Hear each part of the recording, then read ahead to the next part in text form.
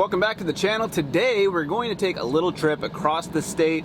I live in Eastern Washington. We are going to cruise over to the west side, actually the Olympic Peninsula is what it's called, so it's just kind of north of Tacoma. So we're going to cruise over there, and the reason is back in 2015 I picked up a 1976 Dodge Power Wagon. It was a club cab, long bed, W200, which means it's a four-wheel drive version. Just a really cool truck, 3/4 ton. I thought it was in really good shape. It is in really good shape for a truck that's as old as 1976. I sold it in 2017, and originally I bought it because I bought it with a 12-valve Cummins. Engine had been rebuilt, or at least gone through from what I was told. Picked up the 12-valve with it. A fella owned it, and it was parked in a garage. He actually had, I think he had a Dodge Challenger in there. He had an old Dodge Dart. He had some awesome cars. We're talking like 60s Dodge Challenger, not a new one. So he had a ton of Mopars. But I guess this truck had just sat around for a little while. I ended up also picking up a 78 440 club cab short box from him. The short box on that thing was toast. It was just, it was dented in and it had been pretty beat up, but he was using it as kind of a parts truck. So I ended up moving in 2017 and I still hadn't done anything with all of that stuff. So I ended up selling the 78, went to some fella actually in like Minnesota, because the cab was fairly rust-free and it was something that he wanted. Put up the Cummins and that went its own way. But the fellow that bought this kind of stayed in touch with me. He asked me some questions here and there about it, and out of nowhere here a couple of weeks ago he hit me up and said, hey, I haven't done anything with this. It's still sitting here. I put a new carburetor on it. I got some other stuff done with the wiring to it, but other than that, it's just kind of been sitting here and I got to get it moving. I'm leaving the shop that I'm in. Are you interested in having it back? And I was like, yeah, totally interested in having it back. I'd actually thought about it a few times, and it was something that I wanted to do. So I said, yeah, absolutely. I've been busy doing all sorts of other stuff and haven't had a chance to cruise over there yet, but we are going to cruise over there today. Take this awesome ride with me. If you haven't been to Washington State, it's a beautiful place. The Pacific Northwest in general is an awesome spot, but what I love about it is I do live on the east side of the state. It's a desert here. I'm in the desert. I'm right along the Columbia River in the Tri-Cities area, but as you head west, you'll cruise over the Cascade Range, Snoqualmie Pass. The Olympic Peninsula is where the Olympic Mountain Range is, and that's where the Puget Sound is. It's just an awesome area and beautiful views and everything else. So it's about a 4.5-hour drive, and that's without traffic. And when you get into the Tacoma area, you usually hit some traffic. So it'll probably take us a little bit closer to 5.5 hours to get over, and then 5 to 5.5 hours at least to get back. So it's not going to be a short day. We're definitely got a haul. But I'm excited to see the truck. It's been a little while, and let's cruise over there and get it and see what it looks like.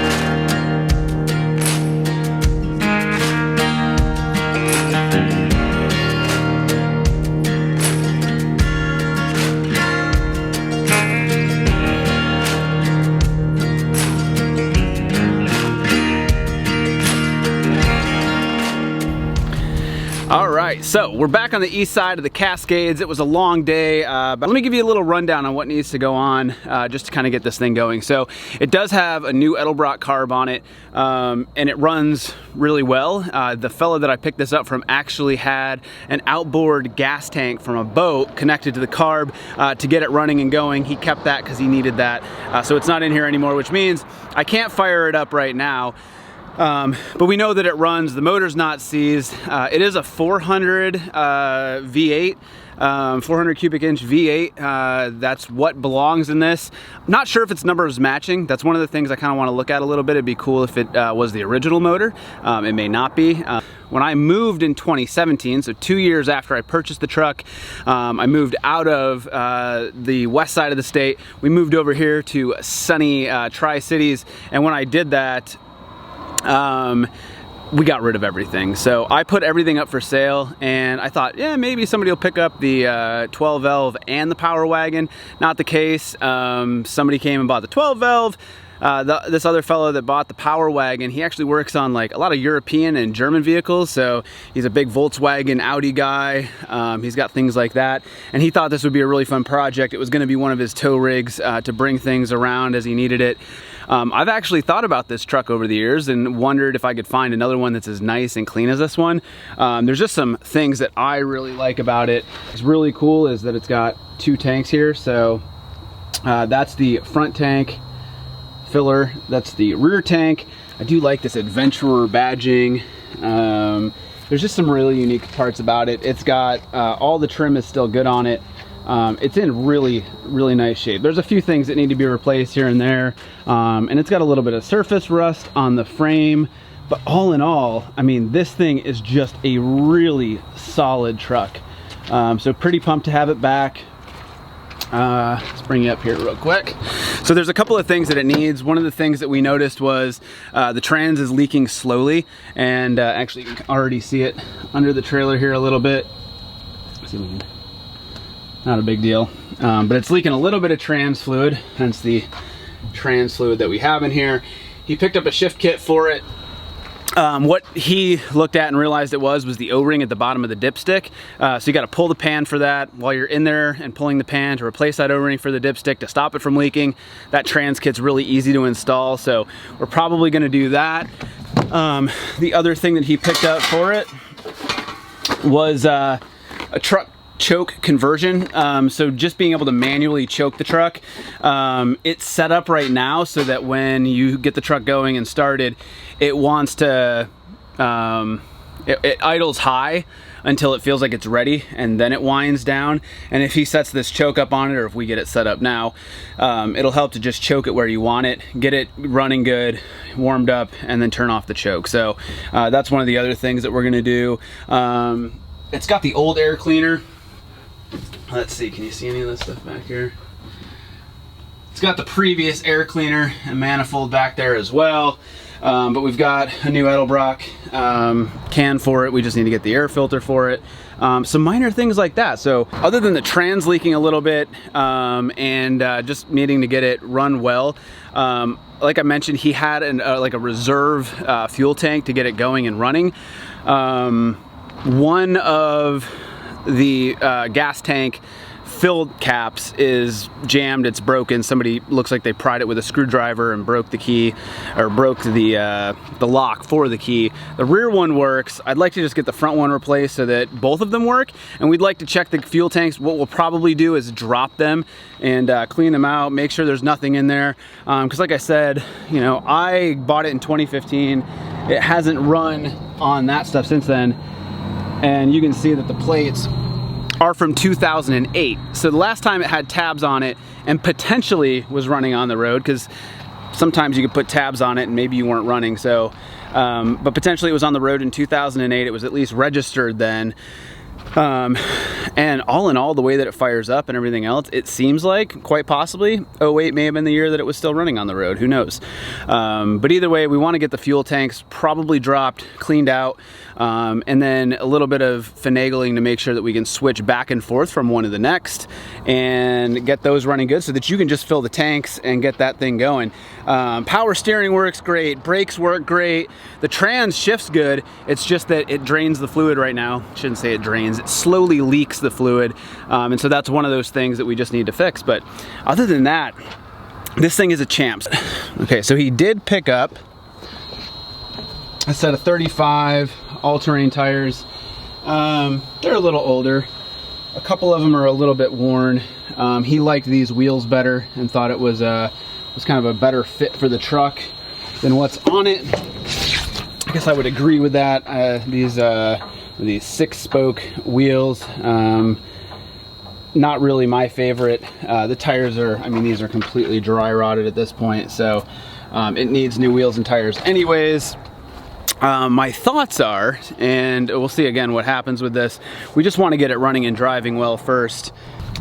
So the rear springs seem like they're in good shape, but when we come up here to the front ones, and we'll see if we can actually, the front springs are a little bit, they've kind of lost their arc. He said that these 35s that he's got in the back here, he did put it on. He said when you turn they rub, so they'll fit on there without a lift, but they won't work really without it. So they'll actually go on the truck without rubbing, but the fronts, when you turn, they rub. Rough Country has a 4-inch lift. I don't want to go crazy with this thing. 35s look good as far as size wise, but I was actually thinking, you know, well, not always bigger is better, but 37s would probably look pretty cool on this. And I'd like to see, maybe just pull them off the Jeep, stick them on this to see, same lug pattern. So we will see what we come up with for that. Just get everything dialed so that it's running like a champ. We got the air cleaner back on it. We got the wiring sorted. The gas tanks are ready. The trans is ready. And the steering and everything else is ready to go. So we'll decide what we're going to do from there.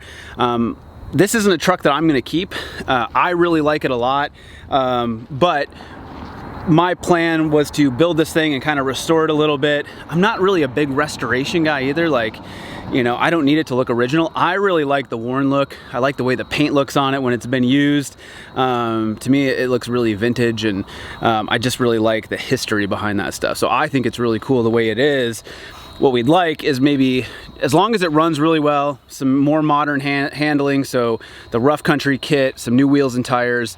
Let's just give this thing a little bit of a touch, and then it's likely going to go up for sale. So like I said, this is just the first phase of it. Ran all the way over to the west side and brought it back. Let's get on to the next steps of making sure it runs like a champ, and I'll keep you posted. Thanks so much for watching. I appreciate you.